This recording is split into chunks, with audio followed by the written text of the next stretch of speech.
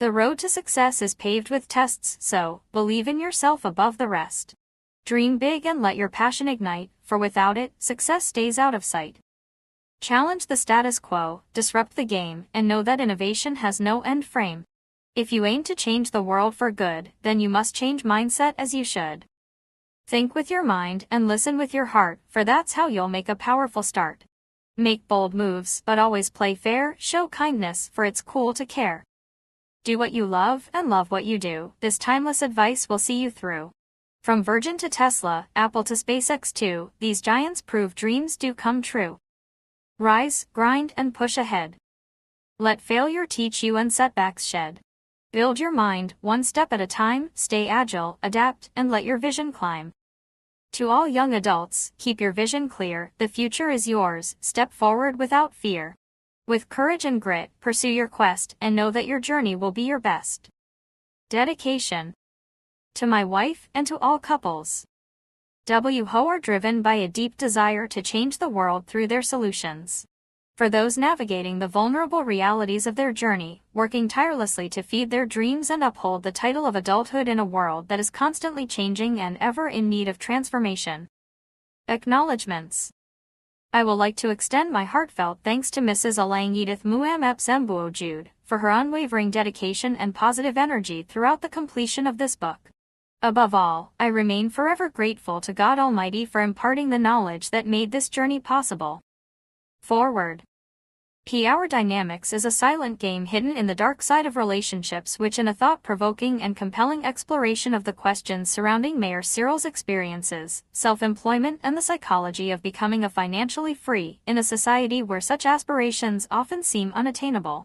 He draws a clear analytical distinction between legal and money gotten from fraudulent schemes. He strongly believes that real power is influenced irrespective of age and position. He sheds light on hidden cases witnessed with a grasp on nonverbal communication interpretation. In this insightful piece, he also offers a personal appraisal of his ascension in societal networks. He draws life lessons on systemic and meditated setbacks encountered, which serves as a genuine perspectives to his growth and achievements. This piece of work stands out to enlighten the public in general and young adults in particular. In addition, the author shares valuable tips to earn high income faster, emphasizing the mindset that trapped people to be broke or poor. Grounded in the author's life experience, this book not only challenges acquired beliefs but also stirs more questions on obvious realities than it answers. It offers a fresh perspective on power, making it a necessity for anyone looking forward to influence others. Alang Edith Muamep Zembuo. Author's biography. Jimo Eugene Cyril, Mayor Cyril. On the 3 of March 2023, Jimo Eugene Cyril, MC, was born in Kakamla on September 19, 1991. Trainer and politician who has animated so many group activities, created the Buia Fitness Club for All, BFCA, alongside Omega Fitness Club, his previous fitness club. Then, he started a series of battles that drastically reveal some strong qualities that have been docile in him. MC was exposed to some worse social isolation strategies, manipulation, abandonment, abuse, fake promises, and resistance. 2 years after MC has made his FU money, those who defy him still hold the same opinions about him. In her foreword, Mrs. Alang Edith Muamep Zembuo said MC is offering a fresh perspective on power and how to influence anyone irrespective of your age and position. He focuses on signs language and action interpretation. Qualities portrayed are rare and precious, resulting from overcoming normalcy. No prank but densely switching moods. No narcissism but empathy towards others. No pressure but silently sliding a rethink and reset. The words are quite ambitious: how to dare talk about relationships, power, intentions, love, time, money, etc. without falling lower than the topics and being ridiculous. MC faces this challenge, like he faced the cases highlighted in the book, and is worthy to note that he has triumphed. Table of Contents. Acknowledgements. 3 Forward. IV Author's Biography.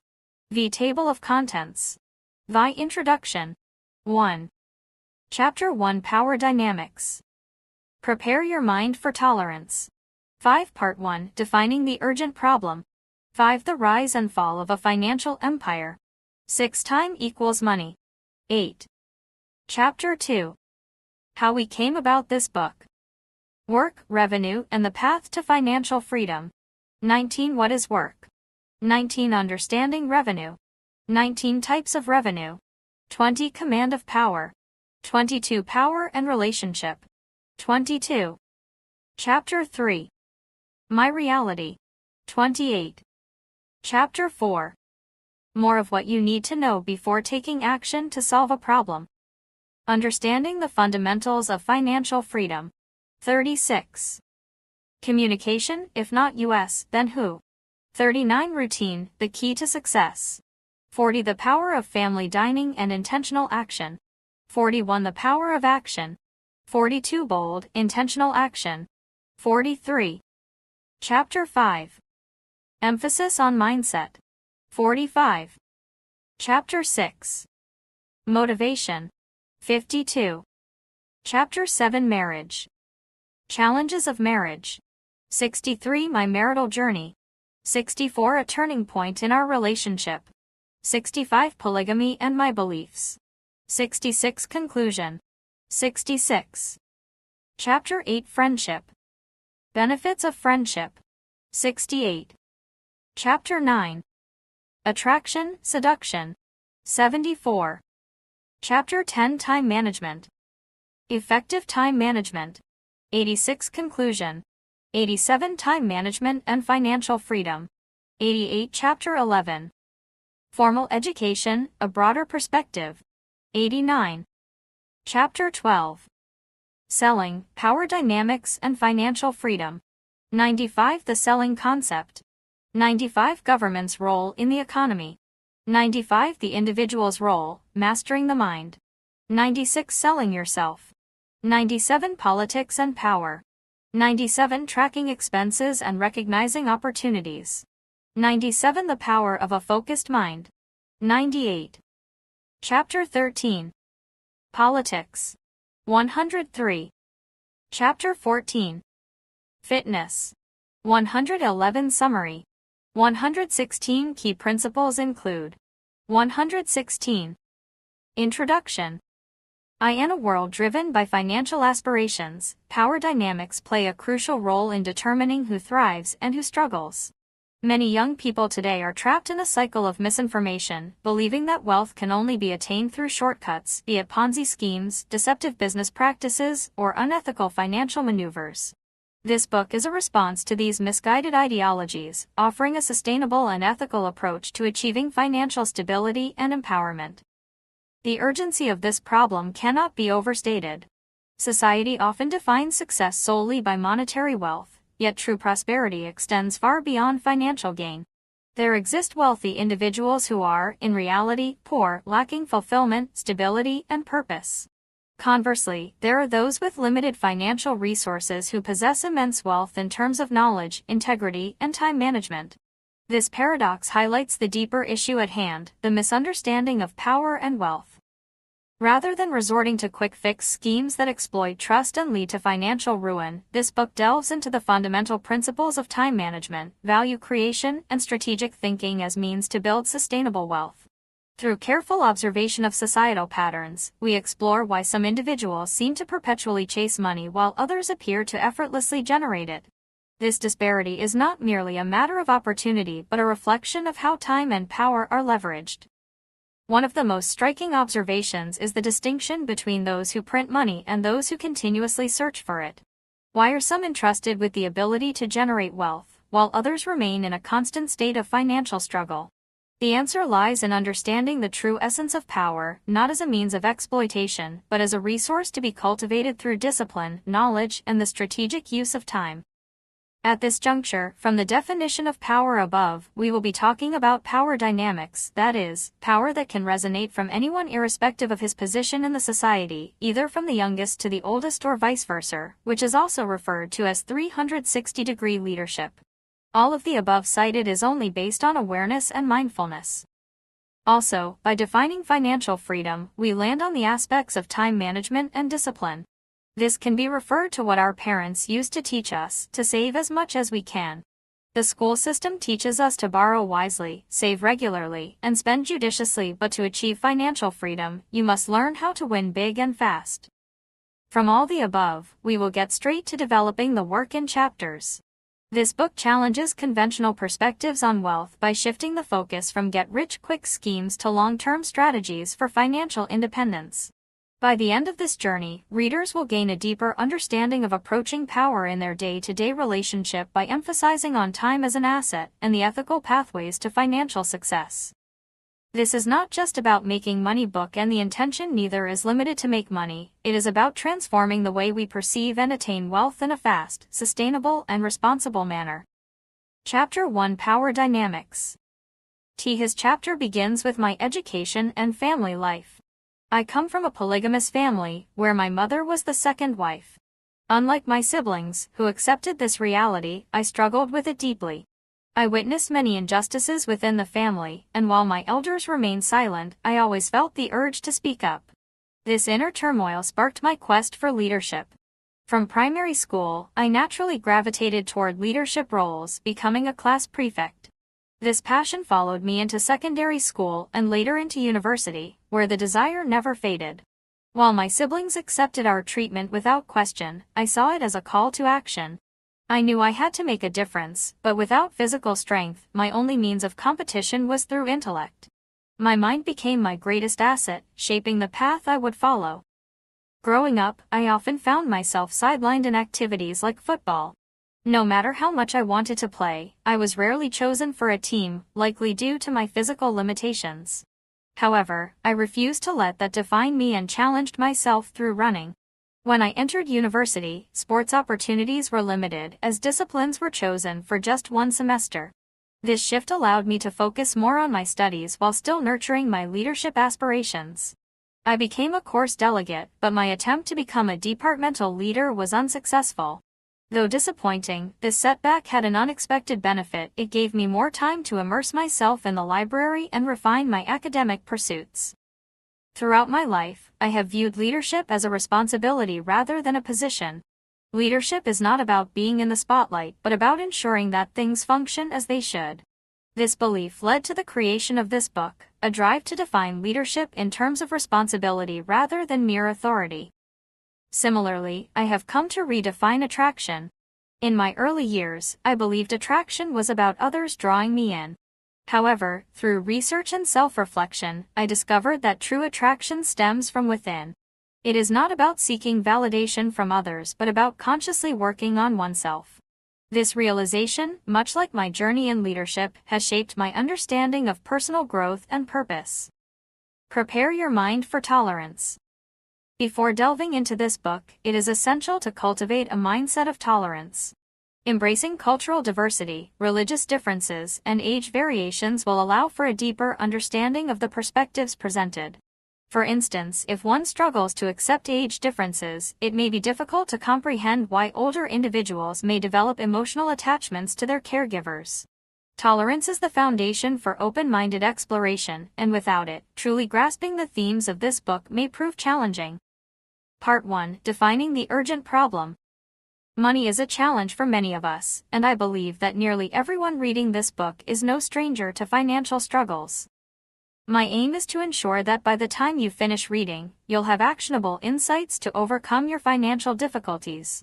This book is not a guide on how to get rich quickly or slowly through shortcuts. Instead, it tells the story of a young man who launched a stock exchange business that revolved around a unique concept: lending money. In his business model, an investor would deposit 100,000 FRS and receive a dividend of 10,000 FRS at the end of each month, with the option to withdraw the entire principal amount, 100,000 FRS, after 3 months. Through his journey, we will explore practical financial strategies, risk management, and the importance of building a solid foundation, all lessons designed to help you address your own financial challenges. The rise and fall of a financial empire. It all started with a simple idea: offering people the opportunity to multiply their money. With an initial capital of 10,000 francs, demand quickly outgrew supply as people eagerly invested sums ranging from 1 million to 5 million francs, expecting exponential returns. The business thrived on the influx of capital, creating an illusion of endless growth. However, as the money piled up, temptation set in. The allure of wealth proved irresistible, and soon, personal desires took precedence. He found himself drawn to luxury, expensive cars, lavish spending, and even thoughts of marriage. The thrill of financial success blinded him to the fragile foundation upon which his empire stood. To sustain his newfound lifestyle, he ventured into foreign exchange, forex, trading, believing its rising and falling market curves could help balance the money he had spent. It became his second major source of income, allowing him to continue his extravagant ways. Seeing an opportunity to expand, he began organizing financial seminars, charging participants substantial fees, sometimes upwards of 200,000 francs, for exclusive training and investment opportunities. He projected an image of wealth, reinforcing the belief that those who followed him would achieve similar success. He even established a liaison office in Cyprus, claiming international financial backing. Yet, the promise of easy riches turned out to be an illusion. Many who enrolled in his programs soon realized they were losing more money than they gained. The expected naked cash system never materialized. Within 3 months, the system collapsed. But he was not done yet. Determined to regain control, he shifted his focus to another venture, a credit union, leveraging his persuasive skills to attract new investors. He sent out messages, convincing people to entrust him with their savings. Once again, money poured in. What happened next? Only time would tell. Would his empire continue to grow, or was it only a matter of time before the entire house of cards came crashing down? He once confided in me about his plans to leave the US, return home, and build a house for his mother. However, after a series of events, I saw his life take a drastic turn. The financial system he relied on eventually collapsed, forcing him to flee to a neighboring country for a year.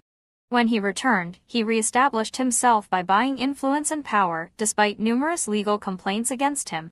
Upon deeper research, I discovered that he had been involved in a Ponzi scheme, a fraudulent model that has existed for decades.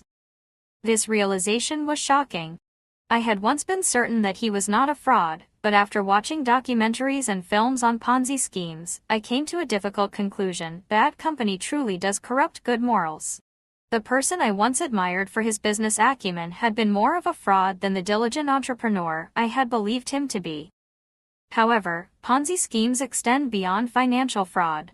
Many people unknowingly engage in similar deceptive practices in different aspects of life.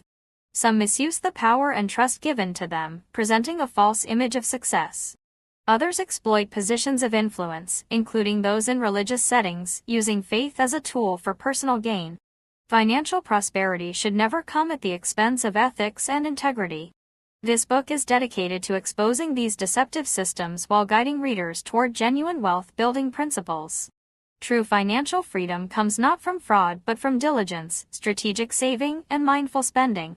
The real path to success is built over time, not overnight. Wealth is not just about money, it is also about how we use our time. That is why the motto of this book is Time equals money.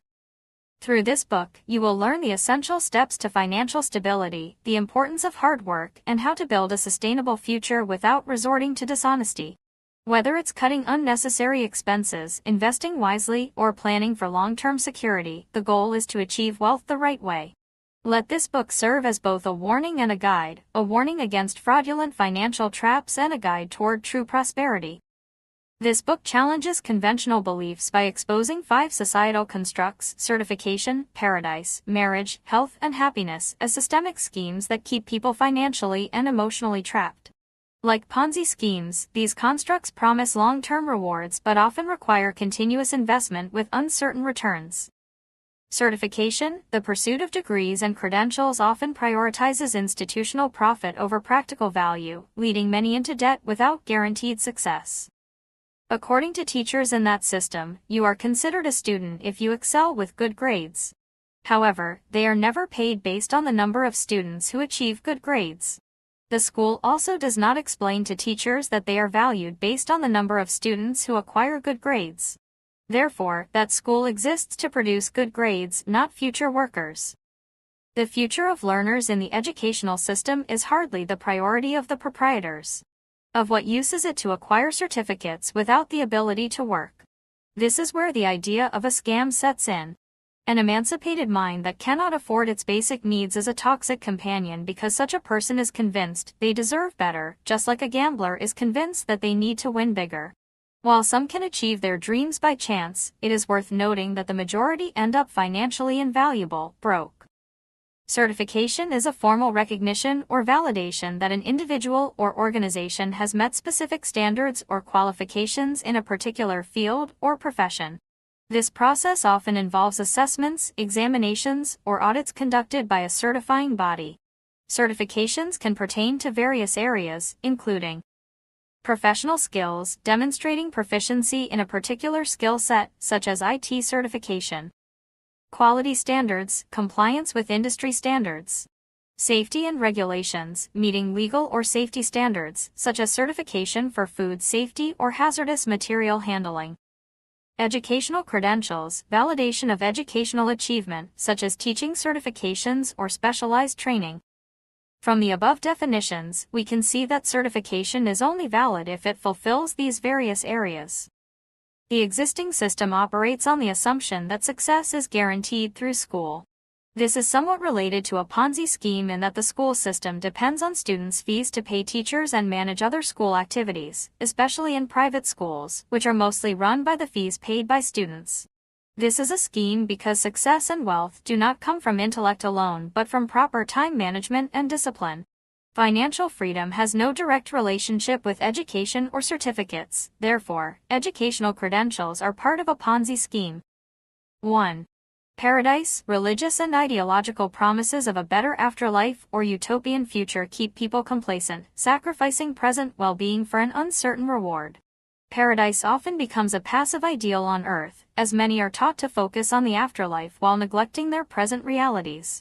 The justification for not striving to do well on earth is often framed as a way to avoid committing more sins, creating an illusion that true devotion comes from withdrawal from worldly pursuits. This mindset is especially prevalent among those caught between spiritual dogma and their curiosity about life's deeper meaning.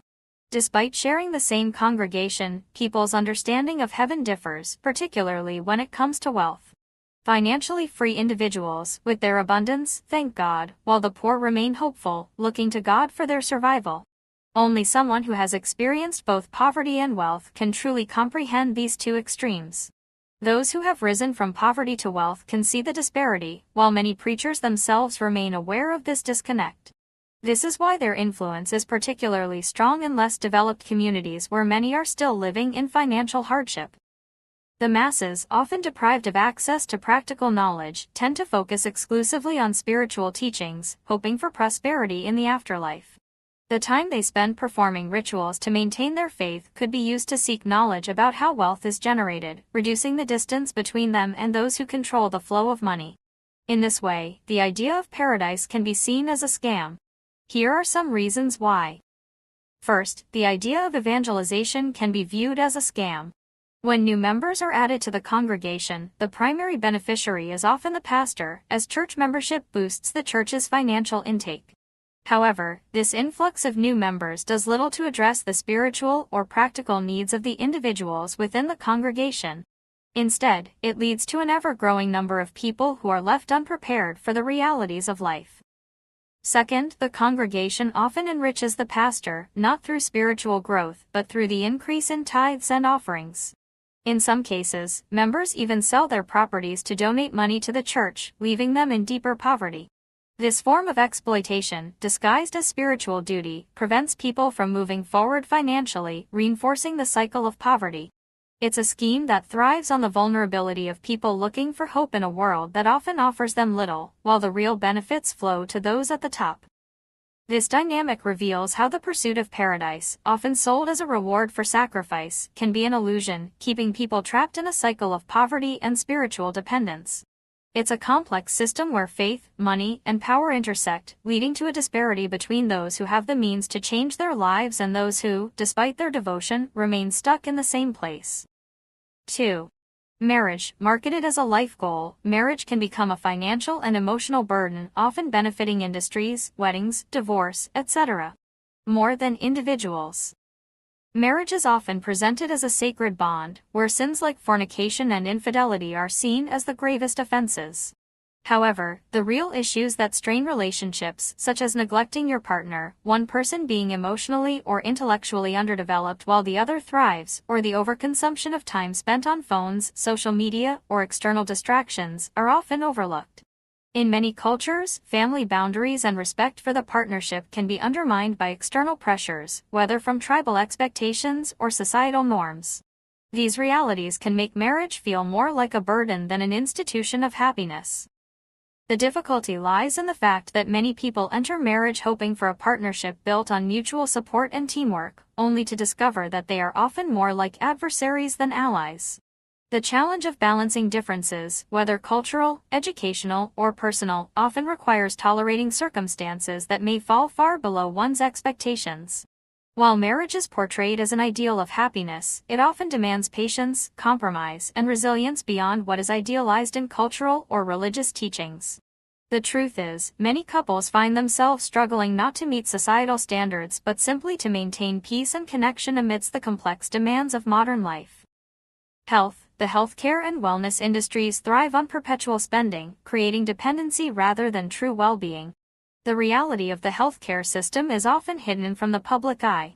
Hospitals, like any other business, aim to generate profit, and this objective influences the way healthcare is provided. If more people understood that hospitals are businesses first, they might reconsider how they approach their health. Preventing illness should take precedence over relying solely on medical treatment after the fact. Unfortunately, many don't realize that the healthcare system is driven by money until they experience it firsthand. Some have even suggested that it's worth testing the system, getting sick and observing how medical staff react to a patient's financial ability to pay. This grim reality often leads to the conclusion that without money, quality healthcare may not be available. Tragically, many have lost loved ones due to neglect or insufficient care, which could have been prevented through lifestyle changes. If people truly understood that hospitals are profit-driven businesses, they would likely make better choices when it comes to diet, exercise, and socializing, as one careless mistake could lead to irreversible health consequences. Regular fitness is not just about physical strength, it prepares you mentally and emotionally to face life's challenges. A healthy body and mind are key to reducing the reliance on healthcare institutions and living a longer, more fulfilling life. Happiness. The self-help and entertainment industries commodify happiness, pushing endless consumption while true contentment remains elusive. Happiness, as it is commonly understood, might be the greatest illusion of all. Most people pretend to be happy for the sake of socialization, but if they were truly content, there would be no need for miracles, stealing, jealousy, envy, or greed, behaviors that are all rooted in anxiety and emptiness. These feelings are often masked by a facade of satisfaction. In truth, it's only the dead who can be fully at peace. For the living, happiness is often a performance, a disguise. The less dramatic a person is, the more genuine their sense of contentment seems. The complexities of human nature and emotion are revealed through observation and perception, yet, in the end, they often lead to the realization that true happiness is elusive and, for most, a mere act. By uncovering these hidden traps, this book aims to empower readers to rethink societal norms and reclaim control over their lives.